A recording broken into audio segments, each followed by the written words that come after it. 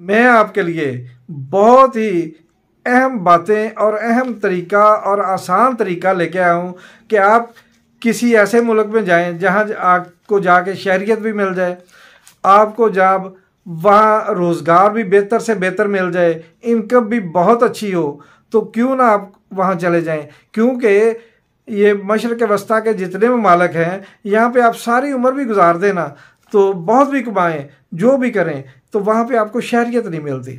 सारी उम्र बूढ़े होकर आपको लौट कर अपने मुल्क ही आना होता है। लेकिन ऐसा मुल्क जहाँ जाके आपको शहरियत भी मिल जाए, इनकम भी ज़बरदस्त हो जाए, आपकी नस्लें भी फ़ायदा उठाएं, क्या आपको वहाँ नहीं जाना चाहिए? यकीनन आप भी सोचेंगे कि हाँ जाना तो चाहिए। तो मैं आज आपको एक ऐसे ही मुल्क के लिए बताने वाला हूँ, बगैर कोई लंबा चौड़ा मतलब तकरीर किए, कोई बातें किए, मैं आपको डायरेक्ट वीडियो की तरफ लेके चलता हूँ। तो आए हम शुरू करते हैं अपनी बात।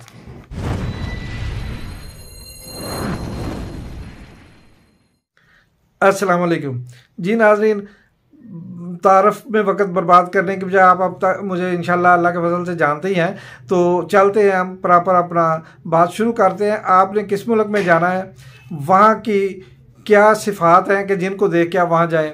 सबसे बड़ी सिफ़त कि वहाँ की उनकी ज़ाती पॉपुलेशन बहुत कम है। अभी तक 17.1 मिलियन वहाँ की आबादी है, और वो लोग बहुत खुश दिली के साथ आप लोगों को एक्सेप्ट करते हैं। और ख़ास तौर पाकिस्तानी वहाँ जाएं तो इनके लिए बहुत ही बड़ा स्कोप है। तो वहाँ जाके वर्क परमिट हासिल करने में आपको कोई दिक्कत पेश नहीं आएगी।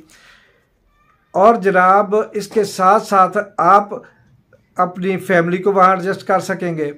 आपको जाने के लिए बहुत थोड़ा सा खर्चा करता है, उससे ज़्यादा खर्चे में कहीं ज़्यादा करके लोग जाते हैं दुबई, अबू धाबी, सऊदीया, मस्कत, ओमान वगैरह, उससे ज़्यादा पैसा खर्च हो जाता है। जहाँ जाके लोग कहते हैं कि बस जी रुल गए, कुछ हासिल नहीं होया, ऐसे ही पैसा बर्बाद किया। लेकिन होता वहाँ भी बहुत कुछ है। लेकिन ये वो लोग होते हैं जो काम चोर होते हैं, मेहनत मशक्क़त से दिल चुराते हैं और बाद में बदनाम करते हैं मुल्क को। तो ऐसा ना किया करें। आप बाहर जाएं उस वक़्त जब आपका मन चाहे कि मैं स्ट्रगल कर सकता हूँ, भूख काट सकता हूँ, सख्त नरम हर मौसम में काम कर सकता हूँ, तो आप जाइए। अगर आप ये बर्दाश्त नहीं कर सकते तो आप किसी भी मुल्क में जाइए, घर में आराम कीजिए। बाहर भी अपने मुल्क में भी अपने घर से बाहर निकलेंगे तो आपको मौसम की सख्ती नरमी बर्दाश्त करना पड़ेगी। तो जनाब ये मुल्क कौन सा है? ये साउथ एशिया का एक ऐसा मुल्क है कि जिसकी आबादी मैं आपको बता चुका हूँ कि 17.1 मिलियन है, बहुत नॉर्मल सी आबादी है। इसके अलावा वहाँ जो अभी वो मईशत है उनकी, वो इस वक्त आप यूँ कहें कि बहुत तेज़ी से ग्रोथ कर रही है। और ऐसे ममालिक जिनमें इस वक्त स्कोप है आपके जाने का, आने वाले वक्त में आप लोग वहाँ का वीज़ा मांगेंगे मगर वहाँ का वीज़ा आपको मिलना मुश्किल हो जाएगा, जैसा कि दीगर यूरोपीय मुल्क में है। तो साउथ एशिया के इस मुल्क का नाम क्या है ये मैं आपको अभी बता देता हूँ, क्योंकि बाद में मैं एंड पे बताता हूँ तो भी लोगों को प्रॉब्लम होता है। लेकिन अभी मैं बताने वाला हूँ, ये पूरी इसकी तफसील सुन लें, साथ ही मैं नाम भी बता रहा हूँ। भाग ना जाइएगा, भागेंगे तो आपको कुछ नहीं मिलेगा। अभी मैंने आपको वहाँ का वीज़ा हासिल करने का तरीका भी इसी वीडियो में और अभी बता देना है, फिर ना कहिएगा कि हमें समझ नहीं आ रही। जनाब वहाँ उस मुल्क की आबादी में जो 80% आबादी है ना, वो बुद्ध मत है, और उसमें 1% क्रिश्चियन है, और 19% आबादी में अक्सरियत मुस्लिम्स की है, यानी मुसलमानों की है। ठीक है जनाब।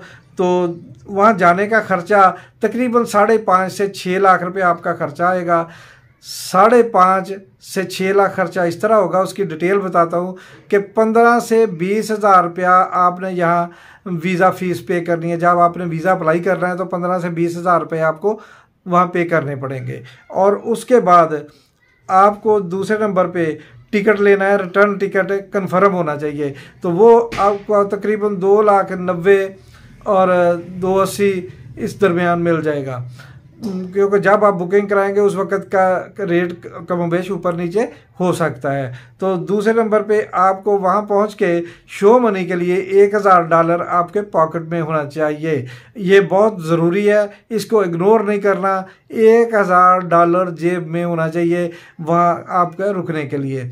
तो ये हो जाएगा तकरीबन 5,70,000, यानी 6 लाख मैंने बताया, इतना पौने 6 लाख आपके पास होना लाजमी है। ये हो गया आपके खर्चे का जो है बजट एस्टिमेट। और जनाब उसके अलावा आपने जब वहाँ पहुँचना है तो आपने जाना कैसे है, वीज़ा कौन सा लेना है, ये थोड़ी सी डिटेल तसल्ली से समझ लें। वीज़े हैं 2 कैटेगरी के, एक है टी वीज़ा, एक है ई वीज़ा। टी वीज़ा है सिर्फ टूरिस्ट मकसद के लिए, उस पे जाके ना आप उसको एक्सटेंड करवा सकते हैं, ना आप उस पे आप जॉब ढूंढ सकते हैं, ना ही कोई और काम आप कर सकते हैं। उसके इख्तिताम पे पीरियड मुकम्मल होने पे आपको मुल्क छोड़ना पड़ेगा। तो दूसरा है ई वीज़ा। ई वीज़ा जो है ये आपको मिल भी आसानी से जाएगा, 30 दिन का मिलेगा। वहाँ जाके आप इसको 3 माह के लिए मज़ीद एक्सटेंड करवा लेंगे, और इसके साथ 3 माह में भी अगर आपको जॉब में मिलता तो आप साल का एक्सटेंड करवा लेंगे। और जॉब की सूरत वहाँ ये है कि जॉब बड़ा इजीली मिल जाता है, तकरीबन 10-20 दिन महीने में आपको जॉब मिल जाएगा। जॉब मिलने के बाद आपका एम्प्लॉयर आपको वर्क परमिट दिलवाएगा। वो वर्क परमिट लेने के बाद आप 1 साल तक वहाँ शराफत से ज़िंदगी गुजार लें, किसी क्रिमिनल रिकॉर्ड पे ना आइएगा, तो आपको 1 साल में वहाँ की जनाब आला पीआरशिप यानी कि सिटीज़नशिप भी मिल जाएगी, पासपोर्ट भी मिल जाएगा, और पासपोर्ट भी वहाँ का पावरफुल पासपोर्ट है। और उस मुल्क का नाम है कंबोडिया। वो साउथ एशिया की एक ऐसी रियासत है कि जो बड़ी तेज़ी से तरक्की कर रही है, और उसकी मईशत बड़ी तेज़ी से ऊपर आ रही है। तो इस वक्त वो बड़ी मतलब दुनिया में माना जा रहा है कि तेज़ी से मईशत ग्रो कर रही है। तो ऐसे मुल्क में जाना आपके लिए इस तरह बेहतर है कि बाद में जब ये ग्रो मुकम्मल हो चुके होते हैं तो ऐसे ममालिक आम तौर में वीज़ा नहीं देते, वो भी दीगर यूरोपियन कंट्रीज़ की तरह आपको लिफ्ट नहीं करवाएंगे, उनकी शराइत भी मज़ीद बढ़ जाएंगी। अभी उनको ज़रूरत है, अभी जो बंदा वहाँ जाएगा वो अपने आप को ग्रो भी कर लेगा। और इस वक्त भी वहाँ जाके जो बंदा सेटल होना चाहता है, आम नॉर्मल सी 5-6 लाख रुपए सैलरी उसको छोटे शोबे यानी लेबर टाइप जॉब में भी मिलती है। और अगर वो पढ़ा लिखा है, आईटी का मास्टर है, एग्रीकल्चर का मास्टर है, कोई ऐसे शोबे हैं तो वहाँ 12-13 बल्कि इससे भी ज़्यादा लाख तक वो कई लाख तक कमा सकता है। तो ये डिपेंड करता है आपके एक्सपीरियंस पे, आपकी तालीम पे, आपके वहाँ जाके काम करने पे। आपको अपने आप को किस कैटेगरी में ले जाते हैं, क्या कमाते हैं, किस तरह करते हैं, ये आप पे डिपेंड करता है। उस मुल्क की जो सबसे बड़ी बात है वो एग्रीकल्चर का शुबा है, जो कि मईशत को रीढ़ की हड्डी की तरह उसकी वो मजबूती है। तो जो मईशत इतनी कामयाब हो रही है ना ज़राअत की वजह से, इसी तरह पाकिस्तान भी ज़राअत पे डिपेंडेंट था, लेकिन अब जो रुल गए हैं। तो अगर आप वहाँ जाके ज़राअत पे भी मेहनत करते हैं, कंस्ट्रक्शन के शोबे से रिलेटेड हैं, आप जनाब किसी भी ऐसे शोबे से, टूरिस्ट के शोबे को आप अच्छी तरह डील कर सकते हैं, तो आपके लिए एक मौका है, एक चांस है वहाँ जाने का। अब मैं आपको सिंपल और सादा तरीके में समझा देता हूँ कि आपने वहाँ का वीज़ा कौन सा लेना है, किस तरह लेना है। ये मैं अभी लिंक देता हूँ आपको, इस लिंक को आपने क्लिक करना है। ये क्लिक करके आगे चल के सारी तफसील आपको बताता हूँ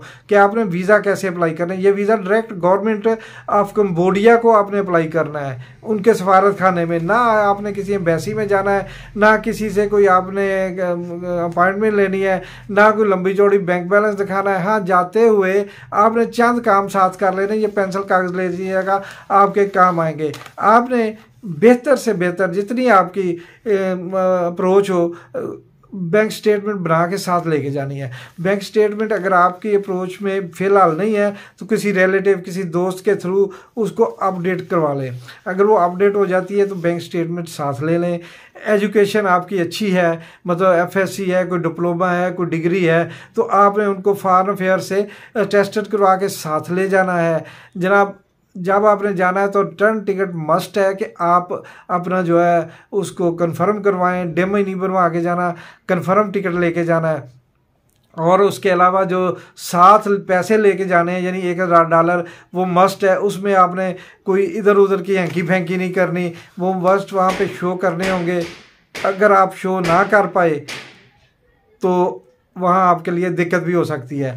वीज़ा ऑन अराइवल भी है, लेकिन आप यहीं से अप्लाई कीजिएगा, 3 दिन के अंदर आपको वीज़ा मिल जाएगा। वीज़ा लेके जाइएगा। जब ई वीज़ा आपकी जो ईमेल आप देंगे उसमें आ जाएगा, वो वीज़ा आपने प्रिंट आउट करवा लेना है, वो प्रिंट भी साथ लेके जाना है और एयरपोर्ट पे वो आपने वहाँ दिखाना होगा। तो वहाँ जाकर आपके लिए कोई ऐसा मसला नहीं बनेगा। अगर इनमें बताई गई चीज़ों में कोई कमी बेशी हो गई तो फिर आपके लिए मसला बनेगा। तो अगर वीडियो आपको अच्छी लगी है तो चैनल को सब्सक्राइब करना चाहें तो बहुत अच्छी बात है, ताकि आइंदा आने वाली ऐसी वीडियोस आप तक आसानी पहुंच सकें। तो वीडियो को लाइक करते जाइएगा, इसको शेयर भी कर दें ताकि आपके काम भी आई है, दीगर दोस्तों के काम भी आए और मुझे भी हौसला मिले कि मेरी वीडियो लोगों के काम आ रही है और आप लोगों के लिए फ़ायदेमंद हुई है। तो आए अब मैं समझाऊं कि आपने अप्लाई किस तरह करना है, वीज़ा कैसे हासिल करना है। यहाँ डिस्क्रिप्शन से आपने ये लिंक फॉर वीज़ा अप्लाई, ये लिंक यहाँ से आपने कॉपी कर लेना है। इस लिंक को कॉपी करने के बाद आपने बैक चले जाना है, यूट्यूब को ओपन करना है और इसके सर्च बार में आपने इस लिंक को पेस्ट कर लेना है और यहाँ पे गो पे क्लिक कर देना है, यानी इसे ओपन कर लेना है। ये इस तरह ओपन हो जाएगा। यहाँ पे आपने ये कैप्चा देना है। कैप्चा मुकम्मल करने के बाद आपने अप्लाई नाउ पे क्लिक कर देना है। तो ये इस तरह एक फॉर्म आपके सामने ओपन हो जाएगा। इस फॉर्म को आपने कम्प्लीटली फिल करना है। फिल करने के बाद आप जब यहाँ नेक्स्ट क्लिक कर देंगे, नेक्स्ट क्लिक करेंगे तो अगला ऑप्शन आ जाएगा। इसके 4 स्टेप हैं, सॉरी इसके 5 स्टेप हैं। पहला स्टेप यही था कि हमने कैप्चा दिया और इसको ओपन कर लिया। अब दूसरे स्टेप पे आपने इस फॉर्म को फिल करना है। फिल करने के लिए वो कहता है जी read passport, choose file, attach passport, यानी आपने पासपोर्ट की पिक्चर्स अपने गैलरी में सेव कर लेनी है। उस पासपोर्ट के वो पेज जो कि सेंड कर रहे हैं, यानी तस्वीर वाला पेज और 1-2 खाली पेज, तो उनकी एक फ़ाइल बन जाएगी। तो उस फाइल को आपने यहाँ से चूज़ फाइल पे जाएंगे तो गैलरी में ले जाएगा, वहाँ से आपने इसको क्लिक करना है। तो यहाँ पे पासपोर्ट साथ अटैच होगा, अटैच पासपोर्ट पे आपने क्लिक करना है, पासपोर्ट आपका अटैच हो जाएगा साथ। ठीक हो गया जनाब। एप्लीकेशन फ़ोटो, तो आपने जो फ़ोटो तस्वीर अपनी देनी है वो तस्वीर भी आपकी गैलरी में महफूज होगी। यहाँ पे आप क्लिक करेंगे तो ये मतलब पिक्चर भी आपने यहाँ पे अपलोड करनी है। तो इसका तरीक़ाकार सारा आप जैसे जैसे काम इसको करते जाएंगे ये सारे सिस्टम आपके सामने ओपन करता जाएगा। ये चीज़ें हैं, इसको आपने कंप्लीट पूरा कर लेना। ये थोड़ा सा मैं आपको समझा दूँ।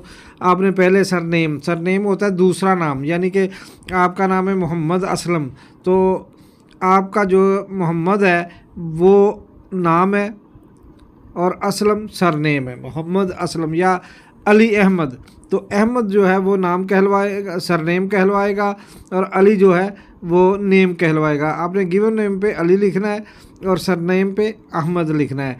टेलीफोन नंबर आपने कंट्री कोड के साथ देना है। ईमेल आपने अपना ऑपरेशनल ईमेल जो कि काम कर रहा हो, चल रहा हो, जिस पे मेल आए तो आपको पता भी चले, वो ईमेल आपने यहाँ देना है और 2 दफ़ा लिखना है। पहले ईमेल है, फिर नीचे रिटाइप ईमेल है, यानी दूसरी बार लिखें। तो ये लिखने के बाद आपने यहाँ पे इसको तसल्ली से स्टडी कर लें, ये इंस्ट्रक्शन होगी। और इसके बाद जेंडर सेलेक्ट करनी है आपने, उसके बाद डेट ऑफ बर्थ है, उसके बाद कंट्री रीजन ऑफ बर्थ, यानी आपका किस मुल्क में आपकी पैदाइश हुई है। तो आपने यहाँ पे नोट करना है कंट्री ऑफ नेशनलिटी, आप किस शहर के हैं, आप किस मुल्क के हैं, आपने ये लिखना है। फिर रेजिडेंशियल एड्रेस, तो ये आपने यहाँ पे लिखना है। फिर जनाब उससे आगे आ गया स्टेट प्रोविंस, आपने अपना सूबा वगैरह लिखना है। फिर address during visit, address in Cambodia, आपने कंबोडिया में जहाँ जाके स्टे करना है उसके लिए आपको किसी होटल का जो है, अगर आप मेरा ख्याल है ये सिर्फ़ और सिर्फ आपको जो है टी वीज़े में होगा लाजमन, ई वीज़े में ये नहीं होगा। तो अगर इसकी जो है वो बताएं कि ज़रूरी है आप आगे चलेंगे तो ये अगर ऑप्शन मांगेगा कि आप लाजमी दें तो आपको वहाँ जो है ऑनलाइन किसी होटल की एक दो नाइट्स के लिए बुक करवाना पड़ेगा। तो दूसरे नंबर पे हर्ड अबाउट अस फ्रॉम, आपने हमारे बारे में कहाँ से सुना है। तो ये देखिए, ये उसने बहुत सारी, यानी गूगल है, फ्रेंड्स है, फोम है, एम्बेसी है, एयरपोर्ट है, कहाँ से आपने इस मुल्क के बारे में सुना। तो आप यहाँ बता सकते हैं कि आपने जनाब कहाँ से सुना, कैसे आपको पता चला। तो यहाँ पे आपने दर्ज कर देना है। उसके बाद अगला स्टेप जो आ जाता है कि पासपोर्ट नंबर आपने देना है, पासपोर्ट डेट इशू देनी है, और एक्सपायरी डेट आपने ये देखना है कि एक्सपायरी डेट जिस दिन आप फिल कर रहे हैं, यानी अप्लाई कर रहे हैं ये वीज़ा, वो एक्सपायरी डेट इस दिन कम से कम 6 माह अभी पेंडिंग पड़े हो, कि आपकी 6 माह वैलिड हो पासपोर्ट, 6 माह बाद एक्सपायर हो रहा हो। इससे ज़्यादा लंबा पीरियड हो तो ज़्यादा बेस्ट है, लेकिन कम से कम 6 माह लाजमी है, ठीक है। कंट्री ऑफ पासपोर्ट, आपका पासपोर्ट किस मुल्क है, यानी आपकी सिटीज़नशिप कहाँ की है। तो आप अपने मुल्क का लिखेंगे कि आप पाकिस्तान के हैं, जहाँ के भी हैं, हम पाकिस्तानी हैं तो पाकिस्तानी लिखेंगे, ठीक है जी। और ट्रैवल डिटेल, वीज़ा टाइप, या आपने ये जो ट्रैवल डिटेल का वीज़ा टाइप है, वीज़ा टाइप में आपने ये T-S36 या टूरिस्ट ओनली, तो यहाँ सिर्फ वो लोग लिखेंगे जिन्होंने सिर्फ टूर पे जाना है, वो टी वीज़ा लेंगे। अगर आप वहाँ जाके वीज़े को ट्रांसफ़र कराना चाहते हैं वर्क परमिट में, तो आप ई वीज़ा लेंगे। यहाँ पे आप यूँ क्लिक करेंगे तो ये आ गया, आपने ई वीज़ा लेना है, ठीक है जी। तो आपकी फ़ीस होगी $42। तो आपने यहाँ पे ई वीज़े पे क्लिक कर देना, ये कर देंगे तो ये आ जाएगा। बाकी ये दीगर इंफॉर्मेशन है, ये सारी आपने दे देनी है। इसके बाद आ जाएगा जनाब पोर्ट ऑफ एंट्री, वहाँ किस पोर्ट पे, वहाँ का मेन जो एयरपोर्ट है वो वहाँ का दारुल खिलाफ है। जब आप यहाँ पे ये क्लिक करेंगे तो आपको पता चल जाएगा, ये जो टॉप वाला है ना, यही जो है सिलेक्ट से नीचे ये दूसरे नंबर वाला, ये वाला वहाँ का मेन एयरपोर्ट है। आप यहाँ लैंड करेंगे तो ज़्यादा बेस्ट रहेगा, ठीक है। साइड पे जाना चाहे तो आपकी मर्ज़ी है, बहुत से एयरपोर्ट है, लेकिन ये आपके लिए ज़्यादा सूटेबल होगा, ठीक हो गया जनाब। उसके बाद यहाँ नेक्स्ट पे आपने क्लिक कर देना है। जब आप नेक्स्ट पे क्लिक करेंगे तो अगला पेज जो नहीं, अगला ऑप्शन आपके सामने आ जाएगा। इस तरह स्टेप बाय स्टेप आप इसको कंप्लीट करते जाएंगे। तो एक स्टेप यहाँ पहले हो चुका है, ये दूसरा स्टेप होगा, तो 3 स्टेप आपके बकाया रहते होंगे। ये स्टेप बाय स्टेप आपको आगे चलने का तरीका बताते रहेगा। अगर आपको कोई प्रॉब्लम आ रहा हो, समझ ना आए हो, तो डायरेक्ट आप वहाँ आप रब्ता करें उस मुल्क के साथ। ये उनका email ID भी नीचे लिखे हुए हैं, 2 है, info@evisa.gov.kh, और या फिर है 123@evisa.gov.kh। उसके बाद तीसरा भी है, ये 3 ईमेल है इंफॉर्मेशन के लिए। आप किसी को भी मेल करके उनसे अपना मसला पूछ सकते हैं, मामला। अगर वहाँ भी ना बात चले तो यहाँ ये उनके फ़ोन नंबर दिए गए हैं, आप फ़ोन पे भी रब्ता कर सकते हैं। उम्मीद करता हूँ आपको अच्छी तरह ये सारा मामला समझ आ गया होगा। फिर भी कोई बात समझ में ना आई हो तो एक बार वीडियो को रिपीट करके देख लें, तब भी ना समझ आए तो आप मेरे व्हाट्सएप नंबर पे अपना जो है सवाल कीजिएगा, मैं इंशाल्लाह आपको जवाब दूंगा। मगर जवाब वक्त और टाइम के लिहाज से दिया जाएगा, कॉल मत कीजिएगा। और साथ ही जनाब आप कमेंट्स बॉक्स में अपनी राय का इजहार करना मत भूलिएगा जी। अब आप समझ चुके कि वीज़ा किस तरह अप्लाई करना है, कितने दिन के अंदर आपके पास ये वीज़ा पहुंच जाएगा और आपने ट्रैवल करना है, ठीक है जनाब। उम्मीद करता हूं कि आपको वीडियो अच्छी लगी होगी। मुझे दीजिए इजाज़त, मिलेंगे ऐसी किसी नेक्स्ट वीडियो में। अल्लाह हाफिज़।